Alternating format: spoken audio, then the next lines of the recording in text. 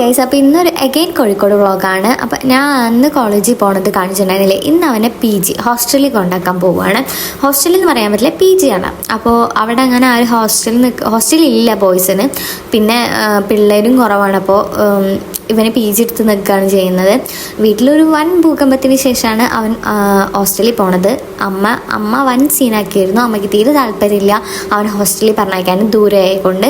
അതുകൊണ്ട് കോളേജിൽ പോകണ്ട, TC മേടിക്കണം അങ്ങനെയൊക്കെ പറഞ്ഞ് അവസാനം കോളേജിൽ പോകുന്നുള്ള തീരുമാനത്തിലെത്തി.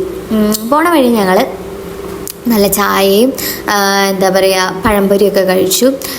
ചിലപ്പോൾ ഈ വ്ളോഗ് ഒരു വോട്ട് 8 ആയിട്ട് മാറും, ചിലപ്പോൾ ഈ ഒരു വ്ളോഗ് അവനെ ഹോസ്റ്റലിൽ കൊണ്ടാക്കുന്ന വ്ളോഗായിട്ട് മാറും. എന്തായാലും എൻ്റെ അൾട്ടിമേറ്റ് ലക്ഷ്യം എന്ന് പറയുന്നത് ഫുഡായിരുന്നു ഗൈസ്. കോഴിക്കോട് പോയിട്ട് ഫുഡ് എന്തെങ്കിലുമൊക്കെ കഴിക്കുക, ബിരിയാണി എക്സ്പ്ലോർ ചെയ്യുക, അതാണ് എൻ്റെ ഒരു എന്താ പറയുക ലക്ഷ്യം എന്ന് പറയുന്നത്. അങ്ങനെ അമ്മയും പപ്പയും ഞാനും ഇങ്ങനെ കുറേ നേരമൊക്കെ കാറിലിരുന്നു. നല്ല മഴയായിരുന്നു, പിന്നെ കുറേ നേരം പാട്ടൊക്കെ കേട്ട് ഇങ്ങനെ ഇരുന്നു. അങ്ങനെ ഞങ്ങൾ കോഴിക്കോട് എത്തിയിട്ട് ബിരിയാണി കഴിക്കാൻ വേണ്ടി കയറി. അതാണല്ലോ എൻ്റെ ലക്ഷ്യം, നിരഞ്ജന കൊണ്ടാക്കലല്ല എൻ്റെ ലക്ഷ്യം. സോ ഞങ്ങൾ കയറിയിട്ട് നല്ല ബിരിയാണി കഴിച്ചു. നല്ല ബിരിയാണി എന്ന് പറഞ്ഞാൽ നെയ്യ് കുറഞ്ഞിട്ടുള്ള നല്ലൊരു ബിരിയാണി. വലിയ ടേസ്റ്റൊന്നുമില്ല, എന്നാലും നെയ്യ് കുറവുള്ള കാരണം മത്തായിട്ട് എനിക്ക് തോന്നിയില്ല. പിന്നെ അമ്മ ഇപ്പോൾ ഈ ചിരിക്കുന്നൊന്നും നോക്കണ്ട, വൻ കരച്ചിൽ കരയും, എനിക്ക് നല്ല ഉറപ്പുണ്ട്. കാരണം എനിക്ക് എക്സ്പീരിയൻസ്ഡ് ആണല്ലോ, എന്നെ എറണാകുളത്ത് കൊണ്ടാക്കിയിട്ട് അമ്മ ഇതുപോലെ നല്ല കരച്ചിലായിരുന്നു. ഇനിയിപ്പോൾ നിരഞ്ജനെ കൊണ്ടാക്കുമ്പോൾ ഇതന്നെയായിരിക്കും അവസ്ഥ. അപ്പോൾ ഞാനത് പറയുമായിരുന്നു നമ്മുടെ അടുത്ത്. അമ്മ അപ്പം ഈ ചിരിക്കുന്ന നോക്കണ്ട, നീ കുറച്ച് നേരം കരയൂലേ പറഞ്ഞാൽ ആയിക്കോട്ടെ തന്നെ. അങ്ങനെ എന്നിട്ട് ഇത് അവിടുന്ന് നിരഞ്ജന ഫ്രണ്ട്സിനെ കണ്ടപ്പോൾ അവർ തന്നാട്ടോ, അവർ കോളേജിൽ നിന്ന് ഇത് കൊടുത്താന്നൊക്കെ പറഞ്ഞിട്ട്. അപ്പോൾ ദേ ഒരു ഇറക്കം കഴിഞ്ഞിട്ട് ആ ഓടിട്ട വീടാണ് അവൻ്റെ PG.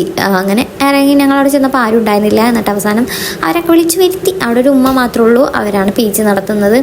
അപ്പോൾ ചെക്കന് സങ്കടം ഉണ്ടോയെന്ന് വെച്ചാൽ സങ്കടമല്ലേ ഗൈസ്, കാരണം അവനക്ക് ഭയങ്കര ഇഷ്ടമാണ് ഇവിടെ നിന്ന് പഠിക്കാൻ എന്നല്ല, കോളേജിൽ പഠിക്കാൻ വേണ്ടിയിട്ട്. അമ്മയുടെ ഒരൊറ്റ കാരണമാണ് ഇത്രയും ലാഗായത്.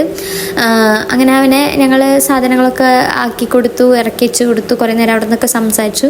അവസാനം ഞങ്ങൾ പോകുമ്പോൾ അവനക്ക് ടാറ്റ് പറയുകയാണ് ഗൈസ്. പക്ഷേ ഈ ടാറ്റ് പറയുന്നൊന്നും നോക്കണ്ട, ഈ വെള്ളിയാഴ്ച അവൻ കണ്ടിട്ട് വരും, കാരണം തിങ്കളാഴ്ച ശ്രീകൃഷ്ണ ജയന്തിയാണല്ലോ, അപ്പം 3 ദിവസം ലീവ് കിട്ടുമല്ലോ.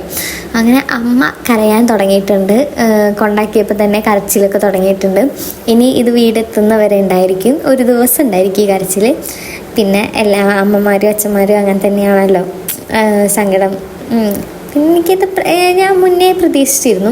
പിന്നെ വരുന്ന വഴി കടലമിഠായി കഴിച്ചു. ഞാൻ പറഞ്ഞില്ലേ, ചിലപ്പോൾ ഈ വ്ളോഗ് ഒരു വോട്ട് 8 ആയിട്ട് മാറുന്നു. അപ്പോൾ വരുന്ന വഴി നല്ല വ്യൂസൊക്കെ കണ്ടിട്ട് നല്ല രസമുണ്ടായിരുന്നു. എന്നിട്ട് പിന്നെ നല്ല വിശപ്പുണ്ടായിരുന്നു. 4 മണിയൊക്കെ ഞങ്ങൾ തിരിച്ചെത്തുമ്പോൾ. അപ്പോൾ ആര്യഭവൻ റെസ്റ്റോറൻറ്റിൽ കയറിയിട്ട് മസാല ദോശയാണ് ഓർഡർ ചെയ്തത്. എനിക്കിഷ്ടമായില്ല ഗൈസ്, സത്യം പറയാലോ. റെസ്റ്റോറൻറ്റ് എന്ന് പേര് മാത്രമേ ഉള്ളൂ, പക്ഷേ എനിക്കിഷ്ടമായില്ല. പക്ഷെ അവിടുത്തെ കോഫി അടിപൊളിയായിരുന്നു. കോഫി എനിക്ക് ഭയങ്കര ഇഷ്ടമായി. എന്നിട്ട് വരുന്ന വഴി കുറേ പാട്ടൊക്കെ കേട്ട് ഇങ്ങനെ കുറേ നേരം ഞാൻ ചില്ലാക്കിയിരുന്നു. ഇപ്പോൾ വീട്ടിൽ വന്നിട്ട് പ്രത്യേകിച്ച് പണിയൊന്നുമില്ല. അത്രേ ഉള്ളൂ. ടാറ്റാ.